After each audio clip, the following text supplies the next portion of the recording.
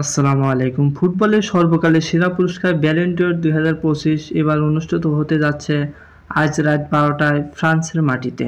এবার ব্যালন ড'র 2025-এ সর্বকালের সেরা 3 খেলোয়াড়কে বিবেচিত করা হয়েছে, যাদের মধ্যে রয়েছে লামিন ইয়ামাল, রাফিনহা এবং ওসমান ডেম্বেলে। কিন্তু এখনও বলা যাচ্ছে না কার হাতে এই ব্যালন ড'র উঠতে চলেছে। প্রথমত তাদের 3 জনের পারফরমেন্স সম্পর্কে আমরা জেনে নেই। প্রথমে আমরা জেনে নেব লামিন ইয়ামাল। লামিন ইয়ামাল 2024-25 সিজনে 65টি ম্যাচ খেলেছেন, যেখানে তিনি 19টি গোল এবং 24টি অ্যাসিস্ট করেছেন। তার 65 ম্যাচে টোটাল 43টি গোল অ্যাসিস্টের অবদান রয়েছেন। সেই সাথে তার ক্যারিয়ারে 3টি টাইটেল যোগ করেছেন। দ্বিতীয়ত আমরা বলবো হচ্ছে রাফিনহা। রাফিনহা 2024-25 সিজনে কিন্তু 69টি ম্যাচ খেলেছেন, যেখানে তিনি 38টি গোল এবং 26টি অ্যাসিস্ট করেছেন। টোটাল তার 69 ম্যাচে 64 গোলের অবদান তার রয়েছে।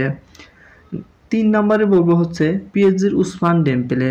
ওসমান ডেম্বেলে 2024-25 সিজনে 59টি ম্যাচ খেলেছেন, যেখানে তিনি 33টি গোলস এবং 13টি অ্যাসিস্ট করেছেন।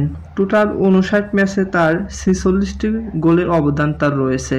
এখন আমরা যদি গোল অ্যাসিস্টের দিকে বিবেচনা করে ব্যালন ড'র দেই, তাহলে কিন্তু রাফিনহা ব্যালন ড'র পাবে, কারণ রাফিনহা 69 ম্যাচে তার 64 গোলের অবদান তার রয়েছে।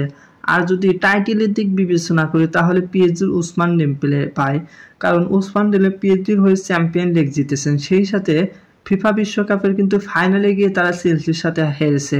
লামিন ইয়ামাল হয়তোবা 24-25 সিজনে গোল্ডেন বয় হিসেবে বিবেচিত হবেন।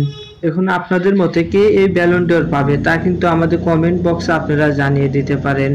আর আমাদের এই চ্যানেল থেকে ফুটবলের ক্রিকেটের সকল প্রকার তথ্য বিশ্লেষণ করা হয়। যদি আপনাদের ভালো লাগে চ্যানেলটি অবশ্যই সাবস্ক্রাইব